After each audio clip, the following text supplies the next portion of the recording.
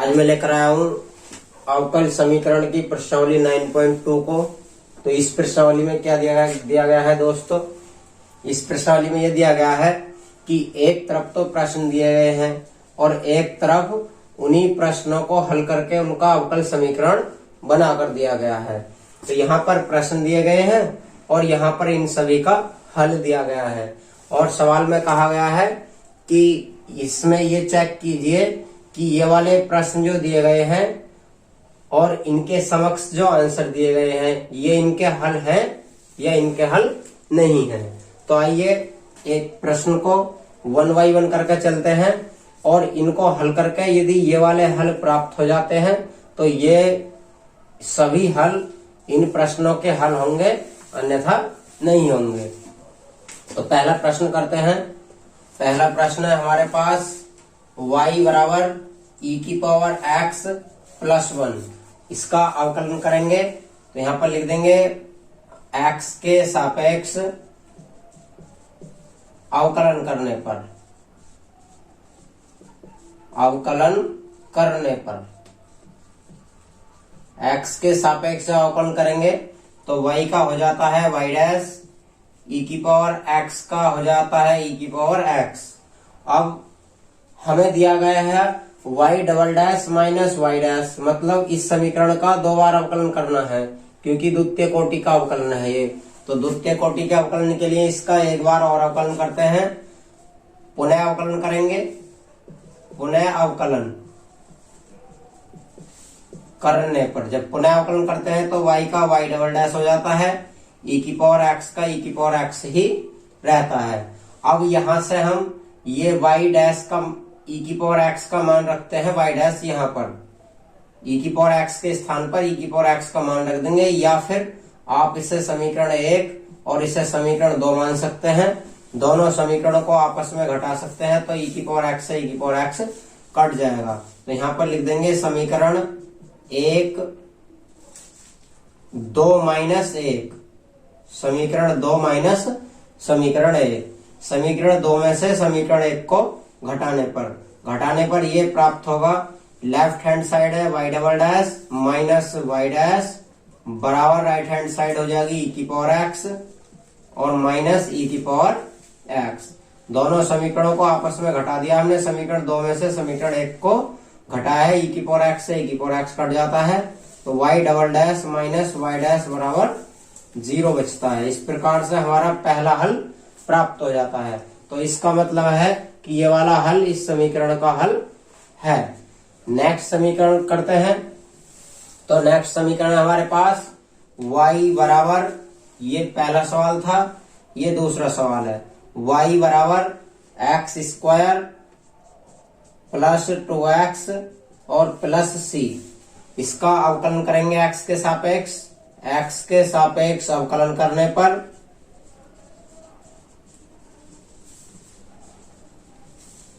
जब x के सापेक्ष इसका अवकलन करेंगे तो y का हो जाता है y', x² का हो जाता है 2x और 2x का हो जाता है 2।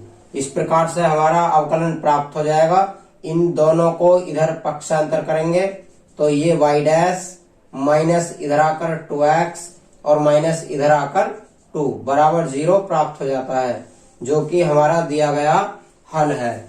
तो इसका मतलब है कि ये हल भी इसी समीकरण का है, दोनों हल सही है। तीसरा सवाल भी प्रथम कोटि का हल है, तो एक बार ही इसका अवकलन करना है। y बराबर cos x + c दिया गया है, अवकलन करेंगे x के सापेक्ष, डिफरेंशियल करते हैं, differential with respect to x। तो y का हो जाता है y', cos x का हो जाता है माइनस sin x और c का हो जाता है 0। sin x को इधर ले आएंगे तो ये y' इधर आकर प्लस का sin x हो जाएगा जब पक्षांतर करेंगे इसका, और बराबर बचेगा 0। इस प्रकार से हमारा दूसरा हल भी प्राप्त हो जाएगा, दूसरा नहीं तीसरा। तो तीसरा भी दिया गया हल है। प्रश्न नंबर 4 करते हैं। ये 3 था और ये 4। प्रश्न नंबर 4 है हमारे पास y बराबर √1 + x² dx। इसका अवकलन करेंगे तो x के सापेक्ष अवकलन करना है इसका भी, differential with respect to x। y का हो जाता है y dash 1 plus X square का क्या हो जाएगा, ये इस समय हमें मानना क्या होगा, ये मानना होगा 1 प्लस एक्स की पावर 1/2 होगा। तो 1 प्लस एक्स स्क्वायर में हमें इसे अगर अंडर रूट एक्स मानते हैं या अंडर रूट टी मानते हैं आप अपने मन ही मनी से, तो ये अंडर रूट टी हो जाएगा। और अंडर रूट टी का क्या होता है 1/2 under root T. Under root T का होता है 1/2 अंडर रूट टी। तो अंडर 1 प्लस एक्स स्क्वायर का हो जाएगा 1/2 under root 1 plus X square. लेकिन अभी यहाँ पर 1 प्लस एक्स स्क्वायर है, तो 1 प्लस एक्स स्क्वायर का दोबारा से अवकलन करेंगे तो 1 का 0 हो जाएगा और एक्स स्क्वायर का 2x हो जाएगा। y डैश बराबर ये 2x upon 2 under root 1 plus X square, 2 से 2 कट जाएगा। यहाँ पर हम नीचे वर्गमूल 2 से भाग कर लेंगे और ऊपर वर्गमूल 2 से गुणा कर लेंगे 1 प्लस एक्स स्क्वायर। इस under root 1 plus X square से गुणा और 1 प्लस एक्स स्क्वायर से भाग कर दिया हमने, तो ये हमारे पास हो जाएगा y डैश बराबर x under root 1 plus X square और बटे में हो जाएगा ये 1 प्लस एक्स स्क्वायर, ये 1 प्लस एक्स स्क्वायर और दोनों पैसा हट जाएगा यहाँ पर वर्गमूल। ऊपर से मान रख देंगे x और ये किसका मान है y का मान, तो ये हो जाएगा x y बटे 1 प्लस एक्स स्क्वायर, जो कि हमें दिया गया हल है, अर्थात चौथा वाला हल भी सही है। इस प्रकार से हम पहले 4 प्रश्न हल कर चुके हैं केवल 4 मिनट में। सवाल नंबर 5 है हमारे पास, y बराबर ax, y बराबर ax, x के सापेक्ष अवकलन करेंगे।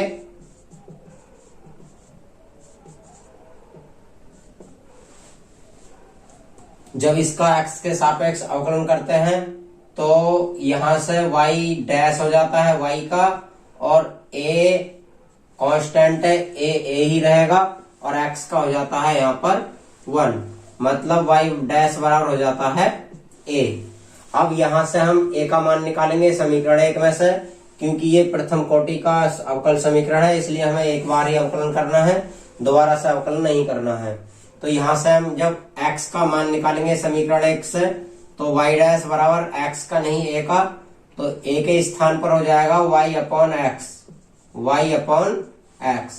यहाँ पर पक्षांतर करके देखेंगे आप, तो ये x जो होगा वो यहाँ से हटकर इसके बटे में आ जाएगा y के में, तो ये y अपॉन x बराबर बचेगा a, मतलब a का मान जो होगा वो y अपॉन x होगा। मैं यहाँ पर लिख देता हूँ, चूंकि a बराबर y अपॉन x।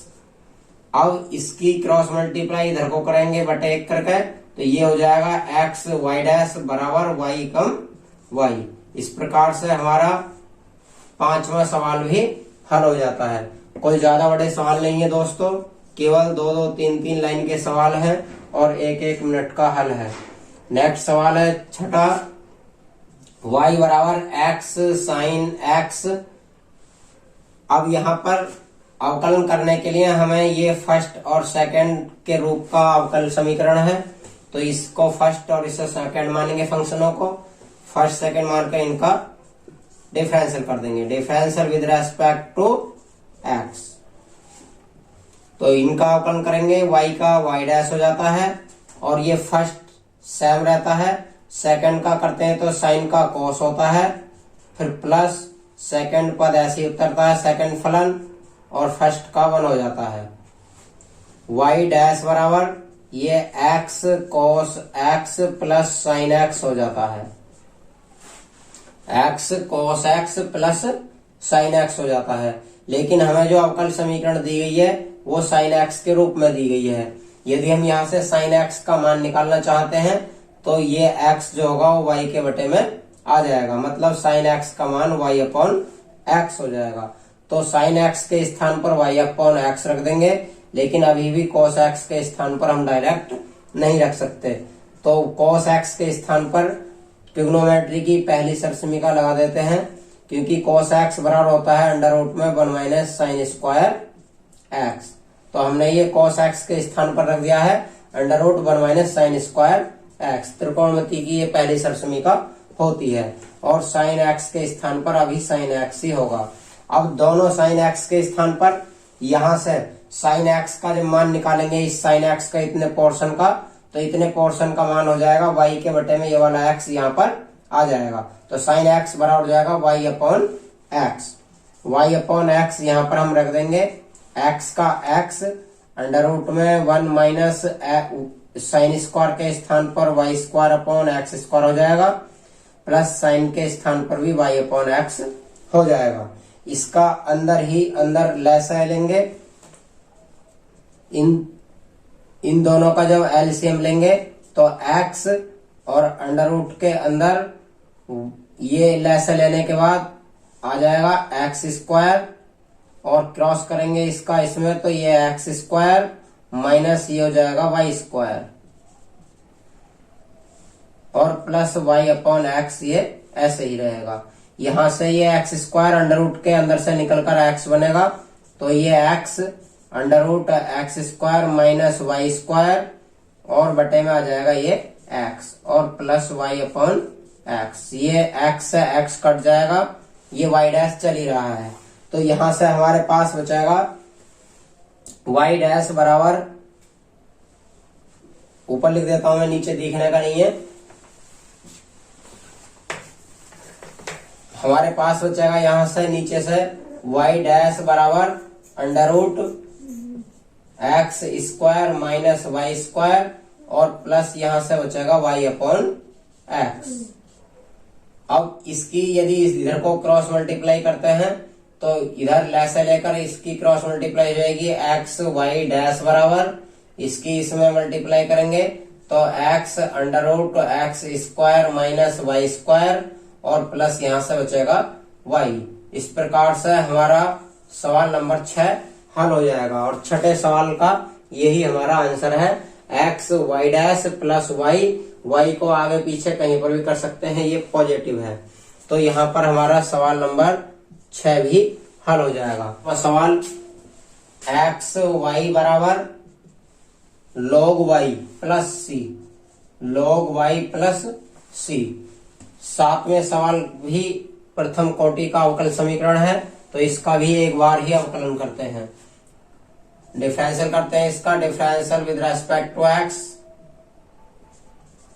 और इसका अवकलन करेंगे तो ये फर्स्ट फंक्शन, ये सेकंड फंक्शन, फर्स्ट और सेकंड के रूप का अवकलन है। ये फर्स्ट सेम रहता है, सेकंड का अवकलन dy/dx होता है और प्लस फिर सेकंड को सेम उतार लेते हैं और फर्स्ट का अवकलन कर देते हैं। फर्स्ट इंटू सेकंड का अवकलन, फिर सेकंड इंटू फर्स्ट का अवकलन और log x का 1/x होता है। लेकिन यहाँ पर log x नहीं है, क्या है 1/y है। मतलब यहाँ पर log y है तो log y का 1/y और x को छोड़कर यदि कोई भी फंक्शन यहाँ पर दिया गया है तो उसका पुनः अवकलन भी करते हैं। तो log y का 1/y और y का करेंगे पुनः तो dy/dx और प्लस c का हो जाएगा 0 क्योंकि यह कांस्टेंट है। यहां से हम dy/dx के पदों को एक तरफ करेंगे तो ये x और ये dy/dx ये इधर आकर हो जाएगा 1/y और dy/dx। ये हमने dy/dx वाले पद एक तरफ कर लिए हैं बराबर ये जो प्लस का y है ये इधर आकर माइनस का y हो जाएगा। इन दोनों में से dy/dx कॉमन लेंगे, dy/dx कॉमन लेकर यहां से x बचेगा, यहां से माइनस का 1/y बचेगा बराबर माइनस का y। इसका लसाअ लेंगे, जब इसका लसाअ लेंगे तो इसका लसाअ हो जाएगा y का यहां से क्रॉस करेंगे तो ये हो जाएगा xy माइनस 1 ही कम 1 और बराबर हो जाएगा y। इस नीचे वाली y की इधर को क्रॉस मल्टीप्लाई कर देंगे तो ये हो जाएगा dy/dx ब्रैकेट के अंदर xy माइनस 1 बराबर माइनस का y स्क्वायर। लेकिन हमें जो अवकल समीकरण दिया गया है सवाल नंबर 7 का, वो अवकल समीकरण दिया गया है y डैश बराबर y स्क्वायर बटे 1 माइनस xy। तो हम इस वाले पोर्शन को इसके बटे में ले जाएंगे तो D Y over D X बराबर वाई स्क्वायर बटे एक्स वाई माइनस 1। इस माइनस को हटाने के लिए आप नीचे से एक माइनस कॉमन ले लेंगे, नीचे से एक माइनस कॉमन लेंगे तो ऊपर वाला माइनस कैंसिल हो जाएगा। नीचे जब माइनस कॉमन लेते हैं तो इनका आगे पीछे पक्षांतर हो जाता है, 1 इधर हो जाता है और x इधर हो जाता है, दोनों आपस में स्थान चेंज होकर माइनस से माइनस कट जाएगा। तो हमारे पास बचेगा वाई स्क्वायर बटा 1 माइनस एक्स वाई, जो कि हमारे प्रश्न के समक्ष दिया गया हल है। इस प्रकार से सवाल नंबर 7 हल हो जाता है। सवाल नंबर 8 करते हैं। y माइनस कोस वाई और बराबर x। इस समीकरण को हल करेंगे, डिफरेंशियल करेंगे, इसका भी differential with respect to x। जब डिफरेंशियल करेंगे तो y का होता है y dash minus cos y का होता है माइनस का साइन y, तो ये प्लस का साइन y हो जाएगा। और पुनः y का करेंगे तो y का पुनः y डैश हो जाता है, बराबर x का हो जाएगा 1। क्योंकि यहाँ पर cos x होता तो cos x का माइनस साइन x हो जाता, लेकिन यहाँ पर cos y है तो cos y का माइनस साइन y होता है, इसलिए ये प्लस हो गया है साइन y, और y का पुनः करते हैं तो y डैश हो जाता है। आगे चलते हैं। यहाँ पर हमें इस अवकल समीकरण का ये रूप कुछ दिया गया है इस टाइप का, तो हम अभी इस रूप को और आगे बढ़ा देंगे। यहाँ से हम दोनों में से चाहे तो y कॉमन ले सकते हैं, लेकिन इधर भी बन दिया गया है, तो पूरे अवकल समीकरण को हम यहाँ से y से मल्टीप्लाई करेंगे। जब पूरे को y से मल्टीप्लाई करोगे तो ये कुछ हो जाएगा y और y डैश, ये हो जाएगा y और ये y डैश और ये साइन y, और इधर हो जाएगा y। क्या हुआ दोस्तों, यहाँ से मैंने इस पूरे समीकरण को y से मल्टीप्लाई कर दी है, तो ये हमारा बन जाता है y डैश। जब यहाँ y से मल्टीप्लाई करते हैं तो ये y आ जाएगा, ये y को मैंने पहले ले लिया y डैश को और साइन y, और बराबर यहाँ y से मल्टीप्लाई करेंगे तो ये हो जाएगा हमारा y। अब जहां जहां y है पहले यहाँ से हम दोनों में से y डैश को कॉमन ले लेते हैं। जब y डैश कॉमन लेंगे तो यहाँ से बचेगा y, यहाँ से बचेगा y साइन y, और यहाँ से y डैश और यहाँ से y डैश, दोनों में से y डैश कॉमन आ जाएगा बाहर, इधर हो जाएगा y। यहाँ से y बचेगा, यहाँ से y साइन y बचेगा, और ये y डैश यहाँ से और यहाँ से कॉमन ले लिया है, बराबर बचेगा y। अब हम ऊपर से ये y है हमारा, तो इस y का मान निकालकर यहाँ से रख देंगे। तो इस y का जब मान निकालेंगे, यहाँ से y का मान, ये y है तो y का मान यहाँ से जब निकालोगे तो y बराबर ये जो हो जाएगा x, और इधर आकर हो जाएगा ये प्लस का cos y, मतलब y का मान हो जाएगा x प्लस cos y। तो यहाँ से कर देंगे हम, इधर आकर cos x प्लस का हो जाएगा ये, तो cos x और प्लस x और प्लस का y साइन y, बराबर y डैश ब्रैकेट के बाहर है और बराबर y। दोबारा समझिएगा, यहाँ पर जब हम y का मान निकालेंगे तो ये माइनस का cos इधर आकर प्लस का cos हो जाएगा, तो ये हो जाएगा cos x cos y plus x, इधर जाकर ये cos y है। इन्हें जिस रूप में दिया गया है आगे पीछे पक्षांतर करके रखा गया है, तो हम भी इसे आगे पीछे पक्षांतर करके रख देंगे। ये y पहले दिया गया है y साइन y, और plus cos y plus x बाद में दिया गया है, तो ये cos y प्लस x हो जाएगा। y डैश को ब्रैकेट के बाहर लिख देंगे बराबर y। इस प्रकार से ये हमारा दिया हुआ हल है, जो कि समीकरण के समक्ष दिया गया है। सवाल नंबर 8 भी हल हो जाता है। सवाल नंबर 9 करेंगे।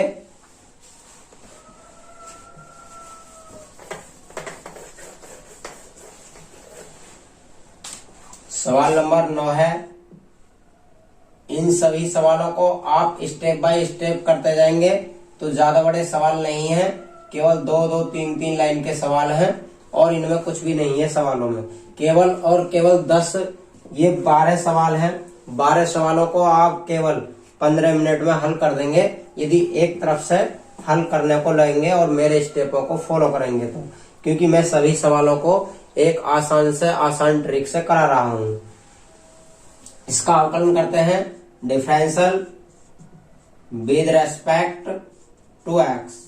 जब इसका अवकलन करेंगे तो x का 1 हो जाता है, y का y डैश हो जाता है और बराबर tan इनवर्स x का होता है 1/1 प्लस एक्स स्क्वायर, लेकिन यहाँ पर है tan इनवर्स y, तो tan इनवर्स y का हो जाता है 1/1 प्लस वाई स्क्वायर। और y का पुनः अवकलन करते हैं अभी, तो y का पुनः अवकलन करने पर हो जाता है y डैश। इतना ये हो जाएगा। इसकी मल्टीप्लाई इधर को कर देंगे बटा 1 करके। जब इसकी मल्टीप्लाई इधर करेंगे तो ये 1 की करेंगे 1 में तो 1 की कम 1 प्लस 1 की करेंगे वाई स्क्वायर में तो Y square plus Y dash की 1 में करेंगे तो Y dash plus Y dash की वाई स्क्वायर में करेंगे तो वाई स्क्वायर और वाई डैश बराबर 1 की 1 में करते हैं तो कोई अंतर नहीं पड़ता है, मतलब ये वाई डैश का वाई डैश ही रहेगा। वाई डैश से वाई डैश कट जाएगा, हमारे पास बचेगा यहाँ से वाई स्क्वायर वाई डैश, यहाँ से बचेगा वाई और यहाँ से बचेगा 1। Y square Y dash plus Y square और प्लस 1 बराबर इधर बचेगा 0। इस प्रकार से हमारा सवाल नंबर 9 हल हो जाएगा। सवाल नंबर 10 है हमारे पास y बराबर, सवाल नंबर 10 को यही हल कर देते हैं। y बराबर √a square minus x square, इस प्रकार से हमें सवाल दिया गया है। सवाल नंबर 10 इसे हल करेंगे, कलन करते हैं differential with respect to x। तो ये y डैश का y का हो जाता है y डैश और ये √x माना जाएगा। √x का हो जाता है 1/2 √x, लेकिन यहाँ पर √x का 1/2 √x होता है, परंतु इस वाले पोर्शन को x माना गया है यहाँ पर, मतलब ये √t होगा तो √t का 1/2 √t होगा और जिस पोर्शन को t मानते हैं उसका पुनः अवकलन करते हैं और यहाँ पर a स्क्वायर का 0 हो जाता है, x स्क्वायर का 2x हो जाता है। ये बन जाएगा y डैश बराबर माइनस का 2x बटा 2 √a square minus x square. यहाँ 2 से 2 कट जाएगा, जब यहाँ 2 से 2 काटेंगे तो ये बचेगा इतना पोर्शन, इसका इधर को मल्टीप्लाई कर देंगे। जब इसकी इधर मल्टीप्लाई करेंगे तो ये हो जाएगा y डैश और अंडर में a square minus x square बराबर बचेगा इधर माइनस का x। यहां से हम a square minus x square दिया गया है, इसका मान सवाल में क्या है हमारा y, तो ये हो जाएगा y डैश और ये y इधर आकर ये x प्लस का हो जाएगा बराबर बचता है 0। लेकिन यहाँ पर y डैश को यहाँ पर y डैश को dy/dx के रूप में दिया है, तो हम भी dy/dx के रूप में लिख देंगे। x प्लस पहले कर देंगे तो ये हो जाएगा x प्लस y को y रहने देंगे और y डैश के स्थान पर dy/dx रख देंगे और बराबर 0। इस प्रकार से हमारा सवाल नंबर 10 हल हो जाएगा। सवाल नंबर 11 और 12 दोनों ही हिंदी में लिखे हुए सवाल हैं और उन्हें मैं अच्छे प्रकार से आपको समझा देता हूँ। 3, 2, 1, 0 ये चौथा विकल्प है, ये तीसरा विकल्प है, ये दूसरा विकल्प है और ये पहला विकल्प है। तो यहाँ पर मैं इन दोनों ही सवालों को अच्छे प्रकार से समझा देता हूँ ताकि तुम्हें अगली वाली आने वाली प्रश्नावलियों में कोई भी परेशानी ना हो, कोई प्रॉब्लम ना हो, क्योंकि ये कुछ अलग ही टाइप के दोनों क्वेश्चन हैं और दोनों ही क्वेश्चनों की लैंग्वेज थोड़ी सी चेंज है, बाकी पूरी लैंग्वेज सेम है। देखिए मैं आपको बता देता हूँ कि इसमें कौन सी लैंग्वेज चेंज की गई है। यहाँ पर है 4 कोटि वाले किसी अवकल समीकरण के व्यापक हल में और यहाँ पर है 3 कोटि वाले किसी अवकल समीकरण के विशिष्ट हल में। बाकी सवाल पूरे हैं। जो ये वर्ड है हमारा व्यापक और जो हमारे पास ये वर्ड है विशिष्ट, केवल ये एक ही वर्ड चेंज है, बाकी कोटि चाहे 4 हो चाहे 3 हो चाहे 10 हो, कोटि से कोई मतलब नहीं है। यदि पूछता है हमसे व्यापक हल, तो व्यापक हल जो भी दिया होगा हमारा उसमें जितने अचर होते हैं सवाल के अंदर वो उपस्थित रहते हैं। तो व्यापक हल में चरों की संख्या जितनी कोटि होती है उतने ही अचर हमारे उपस्थित होंगे। यदि हमारे पास कोटि 4 है, अगर कोटि हमारे पास 4 है तो हमारे पास अचर भी 4 होंगे। इस प्रकार से हमारा चौथा विकल्प सही होगा। कब? जब व्यापक हल पूछा जा रहा हो। लेकिन यदि हमसे पूछा जाता है विशिष्ट हल, तो विशिष्ट हल प्रत्येक अचर से स्वतंत्र होता है। जैसे कि ये हमारे हल हैं और ये इनके विशिष्ट हल हैं, क्योंकि इनमें कहीं पर भी कोई अचर नहीं दिया गया है। जैसे यहाँ पर सी था, यहाँ पर ए था, यहाँ पर भी ए था। ये सब हमारे क्या है? स्वेच्छ अचर हैं सभी। और जितने भी स्वेच्छ अचर थे, ये सी वगैरह वगैरह, सभी स्वेच्छ अचरों से ये वाले हल स्वतंत्र है। मतलब इनमें कहीं पर भी कोई स्वेच्छ अचर नहीं दिया गया है। इसलिए ये वाले हल जो होते हैं ये विशिष्ट हल होते हैं। और व्यापक हल जो होते हैं, व्यापक हल में पहले से ही अचर दिए गए हैं, जैसे कि आपको ये दिखाई दे रहे हैं। तो व्यापक हल में अचर उपस्थित रहते हैं और जितनी कोटि होती है उतने ही अचर उपस्थित होते हैं।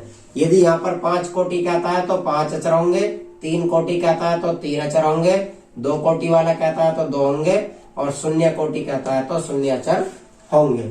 सेम ये ऐसा ही है, इसमें विशिष्ट हल होगा। तो विशिष्ट हल में चाहे कोटि कितनी भी हो, उसमें अचरों की संख्या 0 होती है। इस प्रकार से हमारा ये चौथा विकल्प इसका सही होगा। दोनों के ही चौथे विकल्प सही हैं। दोस्तों, इस प्रकार से आज की प्रश्नावली हमारी समाप्त हो जाती है।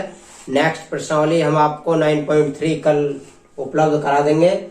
आपको ये प्रश्नावली स्टेप बाय स्टेप करते जाना है, ताकि प्रत्येक सवाल एक एक करके हल हो जाए आपसे। यदि आपको ये प्रश्नावली समझ आई हो तो वीडियो को लाइक करें, शेयर करें, चैनल को सब्सक्राइब करें, और नेक्स्ट वीडियो की नोटिफिकेशन टाइम से प्राप्त करने के लिए बेल आइकन को प्रेस करें। Thank you.